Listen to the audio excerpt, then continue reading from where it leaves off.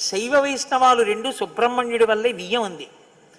అంతటి మహానుభావుడు ఆయన, మహాజ్ఞాని, యుక్తకేశుడై గుండుతో గోచి పెట్టుకుని నిలబడి ఉంటాడు.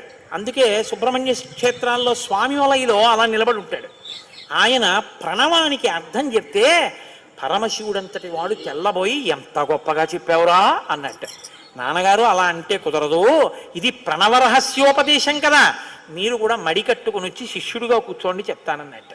ఒరే ఎంత బాగా చెప్పావురా అని వచ్చి కూర్చుని విన్నట్ట. శివుడంతటి వాడు ఇంత బాగా చెప్పగలిగిన కొడుకు పుట్టాలని కదా కోరుకున్నాడు. ఆత్మాదిచ్చేత్ పుత్రాదిచ్చేత్ పరాజయం. తండ్రి గారికి ఆ కోరిక తీరిందటువంటి బ్రహ్మజ్ఞాని పుట్టాడు. ఆయనే తరువాతి కాలంలో కేవలం పాలు తాగి పెద్దవాడైపోయాడు అంతే.